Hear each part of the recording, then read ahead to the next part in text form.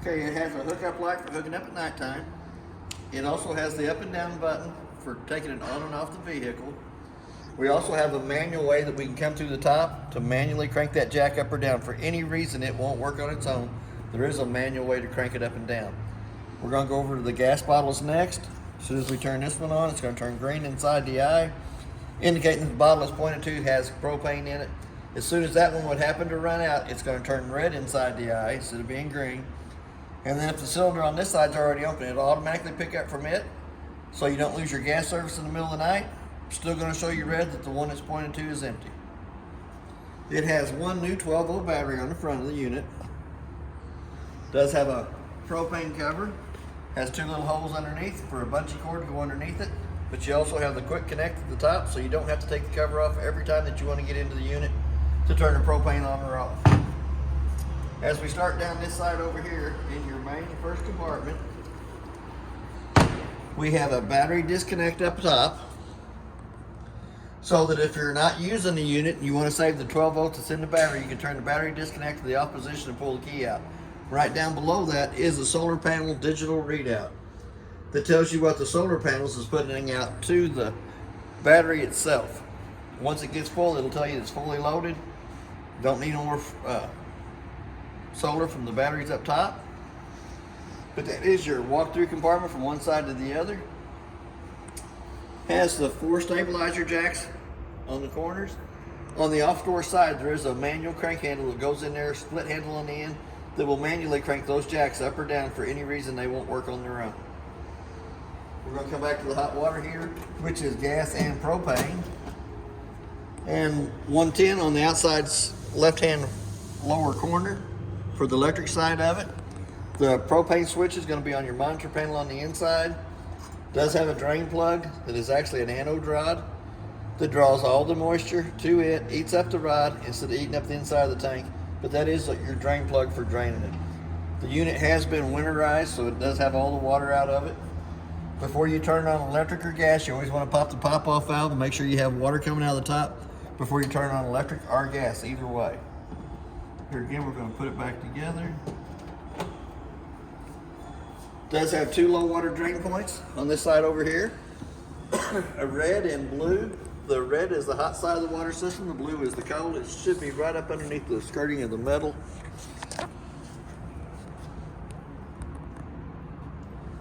But those are used for winterizing and dewinterizing of the trailer. The red is the hot side of the water system. The blue is the cold side. We're going to go back to the termination valves. Your sewer hose goes on just like the end where the cap does. Your 3-inch valve in the back will get pulled first, which is your toilet water. Lets all the nasties come out, and then you have gray tank 1 and 2. Gray tank 1 on this one is the bathroom sink and shower. Gray tank 2 is your kitchen sink water only. Then we have an outside shower on the outside of the unit on the back side that gives you hot and cold running water to this side of the unit. Then we got right down below that is the outside of the furnace. Already has the diver screens on it. That is very important to have on there. Keeps the mud divers from going there and building a little dirt nest. It's less than 20 bucks for the diver screens, but it is $155 an hour for every hour that I take the furnace out to clean the divers out. Here again, we're going to come back. The lug nuts on the trailer has been torqued at 100 foot-pounds. That's what's recommended on the side. And these got 80 pounds and the tires cold. Does have a slide topper on the main slide. They're pretty handy to have too. We're going to come back to the second one back here in the back. Does have the 3rd gray tank on it, which is actually your outside kitchenette water on the other side of the unit. The little hole in the radius metal here is where the manual handle will go in and crank the slide room on the opposite side, in or out. For any reason it won't work off its own, you come to the off-door side, go right through here, and we'll manually crank that room in or out. 50 amp service cord. It's 36 foot long. Does have 2 blue lights on the end over there where it's plugged into. Shows it has 110 coming through it. We also have our water fill system, which the black tank flush is the very tip top. City water connects on the left hand side, and fresh tank fill is on the right hand side. While that tank's filling, it does have a white valve between the axles for the fresh tank. Does have another line sitting right beside that that is the vent tube to vent the air out of the tank while it's filling. We're going to come around to the back side of the unit. It has a backup camera mount at the top. It also is prepped for a Lippert extendable ladder on the right-hand side. We do have a spare tire that's on there that's been air ducted pressure, but it's not been torqued on. We're going to come over to the right-hand side of that, with the top connection being your park cable hookup. Then you have two satellite hookups. One's going to be for your master bedroom. The other one's going to be for the living room area only. As we come around this side here, we do have the switch for the stabilizer jacks, and they are stabilizer jacks only. They do not level from side to side. Once they come down and hit the ground, you got to put just a little bit of pressure on them. Give them a little pressure on that side there. We're going to come up to the radius metal on the front here. That is for the manual crank on the off-door side slide ring. We are also an antenna up here for the stereo. We're going to go into the outside kitchenette. We're going to fold it up. A little clip on the side for that. Does have a light in the center. Turns the light on. We're going to open up the refrigerator. Does have controls for it in the upper right-hand corner. And it is a 110 refrigerator only. It has to be plugged into 110 for it to have power going to it. It does have an outside grill that comes out. A little table sits here beside the unit. There is a quick connect right here that goes into and gives you propane from the two propane cylinders up front. We also have a USB port on the outside and an outside sink. Hot water on the left side, cold water on the right side. The unit has been winterized. You can see the antifreeze and the drain on it. Pretty good sized cabinet space up above it for extra paper towels and rags and stuff. And a drain plug. And a drain plug for the kitchen sink, or the outside kitchenette sink. The little round vent on the side here is for the sink to vent out. There is a place for a TV. There is a park cable hookup or antenna hookup out here, and a 110 outlet to plug the TV into so that you can watch the ball game underneath the canopy. Also has a rain shed vent up here at the top. Has two little tabs that have to be pulled out. Allows that flapper to flap. But when you're in travel, you want to have that pushed back in place. We're going to skip right past the door for now. Does have the two outside speakers. I'll have to show you more about that when we get to the inside. Does have the little doggy catch here on the outside of the unit. It is underneath the canopy. Our second switch for the stabilizer jacks. And remember, they are stabilizer jacks only. They do not lift from side to side. Two manual crank handles. This one does the stabilizer jacks on the off-door side. Then we have the 3/4 inch handle that does the slide rings, and also comes in the top of the tongue jack to manually crank that jack up or down. There is also a light on this side over here for the compartment, and a little black light switch that turns our LED lights on the front of the unit on. Not too bad. So we're going to go back to the front door. We're going to open the door fully extended.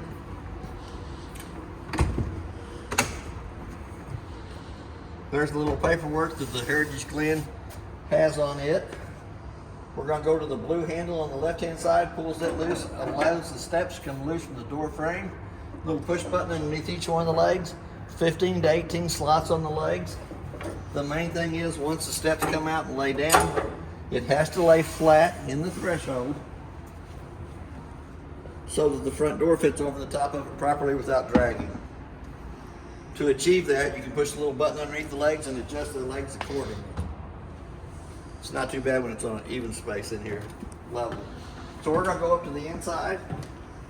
We're going to run the slide rooms out. The middle one takes the door side slide out, and we get some lights on in here too. It's always good to make sure there's not a tree or a vehicle parked up along the side of the slide room. We just had them out earlier, so we know it'll open up. Here again, we're going to go to the off-door side slide. While he's doing that, you have your fire extinguisher right here by the door on the left side. Always got a fire extinguisher by the front door. That's kind of a federal rule. Now that the slide room's all the way out, we're going to go back to the monitor panel at the top. I left a Little green sheet up here of what everything is. The fresh tank is your clean water. Your battery voltage reading is next. Black tank 1 is your toilet. Black tank 2 is not available on this unit. Gray tank 1 is your shower water and bathroom sink. Gray tank 2 is your kitchen sink. And gray tank 3 is your outside kitchenette. So if you come down here and push the buttons, it'll show you all the tanks are empty. Battery's fully charged. Black tank's still full. Black tank 2 is empty. Gray tank is empty. Gray tank 2 is empty. And gray tank 3 is empty. Excuse me, we're going to come right down below that. The first red switch on the left-hand side is the pump switch. It turns the pump on between the freshwater tank and the faucets. The second one is the gas side of the hot water heater. When we turn it on, the little door side fault light is going to come on. It doesn't have any water in it, but once that red light goes out, it will go through 3 lighting processes to light on gas. For any reason it does not light on gas, that little red light's going to come right back on, so I'm going to go ahead and turn it off. Then we have a set of tank heaters underneath the unit, underneath all the holding tanks. Anytime that it's in the on position, it'll illuminate red. Then we're going to come back to the first light switch, turns our lights above our slide rooms on. Second switch turns our LED lights on the awning. And the third one turns the center row of lights in the living and kitchen area on. So here again, we're going to go back down to the big toggle switches, which the first one is for the awning. We're going to run it out. We can't get it all the way out due to the fact that the trailer's too close in front of us. But we'll get it out far enough we can show you the LED lights and the little handle on the bottom that you can put the pitch of the rain coming from one side to the other. That's about as far out as I can get it. It's already touching the other one on the outside. But it does have the LED lights up against the trailer. And the bottom arm on each one of the awning arms is your pinch point that you can pull down against, which puts the pitch of the awning towards the front or the back, either way. So we're going to go right back to that. Then your first center switch here does your door side slide room. The second one does the off door side slide room. Roll that back up so the wind don't catch it real quick. I can leave it out for there. As we start down this side here, the first thing we're going to come to is the refrigerator. Excuse me. Pretty good sized refrigerator and freezer. It does have the controls for it in the upper right hand corner. You want it to make ice in the top, but you don't want your milk to freeze in the bottom, so I always go about the middle setting, just a little bit past that. We're going to come back to the microwave. The microwave has a clock button on it that we're going to push, and then we're going to set the time for the clock. Let's say it's 10:30.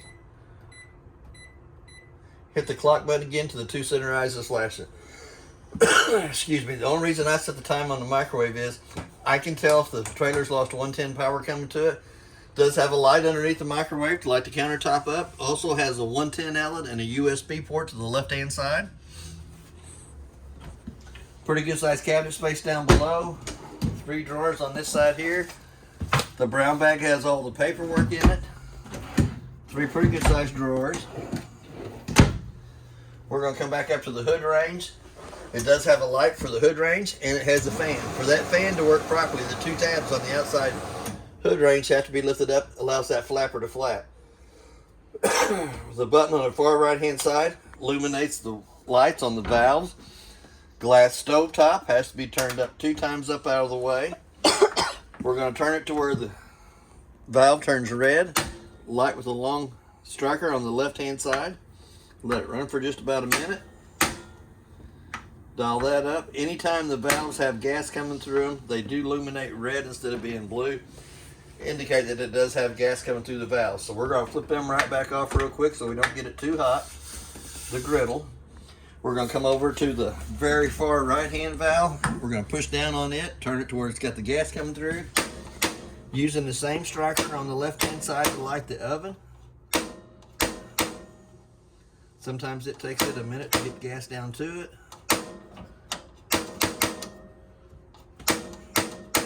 There we go. We got the pilot lit. We're going to let it run for about a minute, which heats the thermocoupler right above it up. Once the thermocoupler heats up right above it, then we can crank the temperature up on it. Presto, oven lights. Woohoo. If you flip the switch on the right hand side to the down position, you also have a light inside the oven so you can see what you're baking. Here again, anytime you have gas coming through the valves, it'll illuminate red. So we're going to turn it right back off. Pretty good sized pots and pan drawer right down below that. We're going to come over to the TV, stereo, and fireplace section. They all three have their own remote. So we're going to start with the TV up here at the top first. Turn it on. Samsung goes through its little Android thing.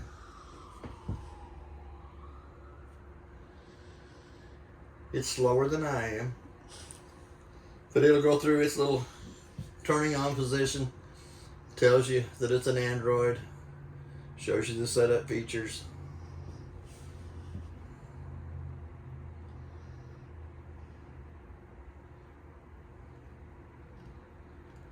But I did get 42 channels working off the antenna on top of the unit and the power booster in behind it. We're going to use our round rotated one. We're going to go over to where it says live TV, hit that button there. Automatically it brings up the screen. That TV station's almost 80 miles away from here. That's working off the antenna on top of the unit, the power booster in behind the TV. But that's not too bad a picture for a TV station that's 80 miles away. So we're going to go ahead and turn it right back off. We're going to go to the mid-size remote, which is for the stereo. We're going to hit the red button to turn it on. It's going to tell us welcome. Then you see it's got zones 1 and 2.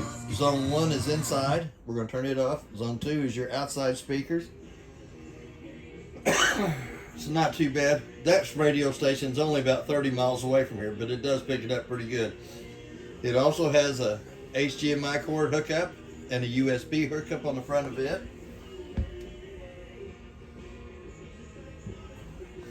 I guess I ought to turn that back down so the guys next door don't get too upset. And we're going to turn it off. It'll tell you goodbye. The itty bitty remote is for the fireplace, which we turn it on. We're going to go to the temperature setting on it. 00 is off. Then we have low and high. Then we can tell the temperature change coming out of the top of it right off the bat. We can also change the color of the rocks. If we go to the green setting on the rocks, it will rotate between all the colors that's on the rocks.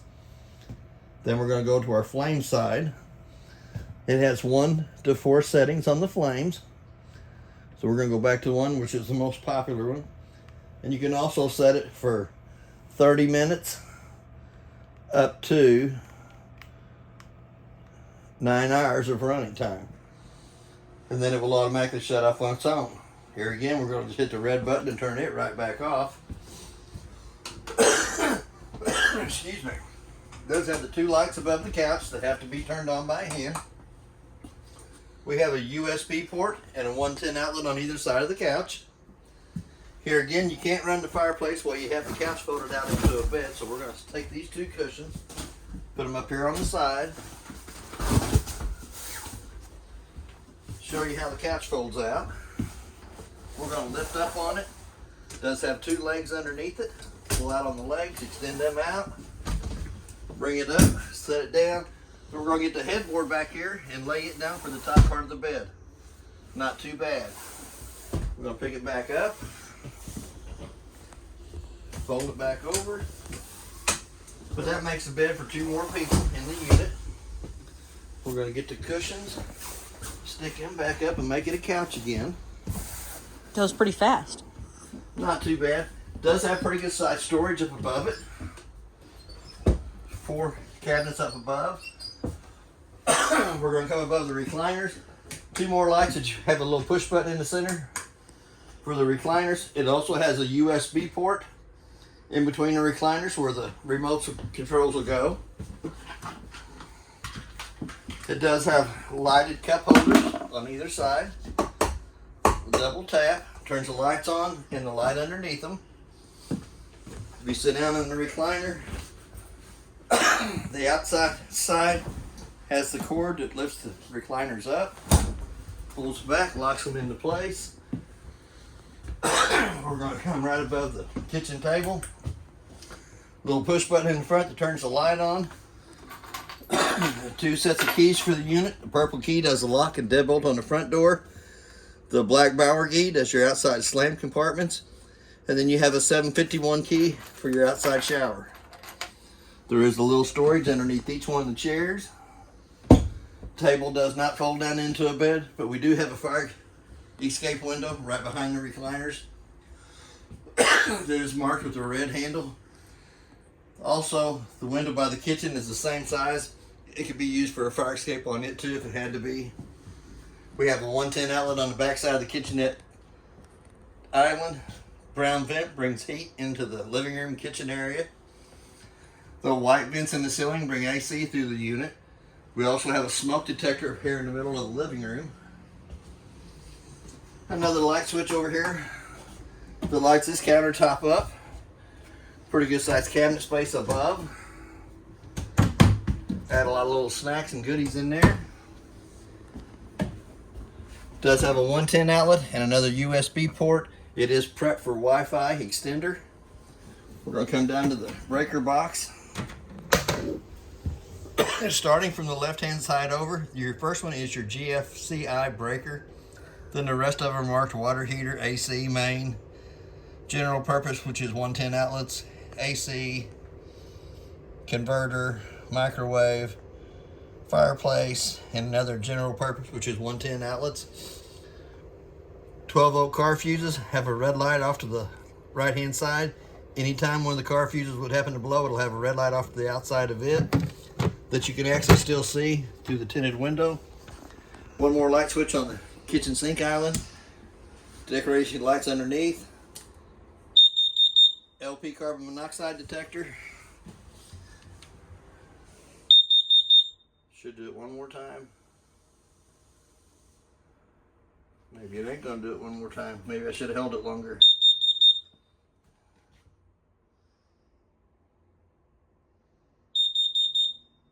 Red lights indicate there's something going on with it. Does have another cabinet over here to the side, bringing heat into the kitchen area. We're going to come out back up to the thermostat. When you first turn it on, it's going to give you your fan speed low, fan speed high, cool, cool low, cool auto, and cool high. You'll dial your temperature down for it to get the AC to come on. Hit that mode button one more time and it says heat. You'll dial your temperature up for it. Hit that mode button one more time and it says off in the lower right hand corner. So we're going to skip right on past the monitor panel since we've already been through it. Light switch on the left hand side of the wall as we come in. We do have a knurl knob in the ceiling that cranks the vent up. A little black button turns the fan on. The unit has been winterized, does have antifreeze in it. We got hot water on the left side, cold water on the right side in the faucets.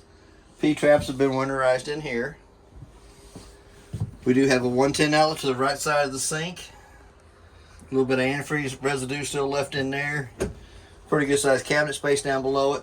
But this also accesses you into the water pump. If you take the two black screws out of the front of the bottom panel, access you into the water pump. The water pump already has a bypass valve on it for winterizing of the unit. We're going to show you the back of the hot water heater next. Let's see. Let me close this door. The light switch on the left hand side as we come into the master bedroom turns the two lights above us on. We're going to go into the closet space here. Two screws on the bottom of the paneling on the front there accesses you into the back of the hot water heater. The hot water heater has two white valves on it. Right now they are turned sideways. That makes a loop at the back of the hot water heater. When you get ready to fill the hot water heater with water, those two lines have to be turned going towards the back side of the tank. There's also a light in the closet here. A little push button in the center of it. Each one of the cabinets on the side has a USB port and a 110 outlet on either side of the bed. Does have pretty good sized closet space there.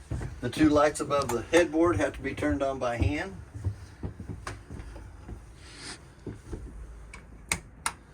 Does have a little bit of cabinet space up above for extra blankets and towels, pillows. We do have storage up underneath the bed, the master bed. Pretty good sized storage space in there. A lot more blankets, things that you do want to kind of hide from everybody else too can go underneath the bed. Like your snacks. Snacks. We do have a fire escape window on the off-door side. Red handle comes up, goes all the way through the window frame at the bottom for easy access to the outside. They do have the slow rising shades. We also have our second AC in the master bedroom. I can't reach it from down there, I'm too short. But we're going to come up here to the top. It does have 2 low fan speeds. Then you have a high fan speed. Then you have a low cool and a high cool. Compressor side gets turned to the thickest part of the blue. Vents out either end. Does have a filter on either side. The cleaner the 2 filters stay, the quicker it cools down and the quicker it'll maintain its temperature. The cleaner the vents are, filters, the quicker it will cool down too. So here again, we're going to turn that right back off. There's low, cool, high fan, in low fan, and off. But that's basically everything on your unit. There is another place for a TV here in the master bedroom. Hooks to the TV antenna booster or the satellite hookup and a 110 outlet to plug it into. Does have a privacy door between the master bedroom and the bathroom hallway. That is basically everything on your unit. If you have any questions, I'll try to answer them the best that I can. Thank you for your time.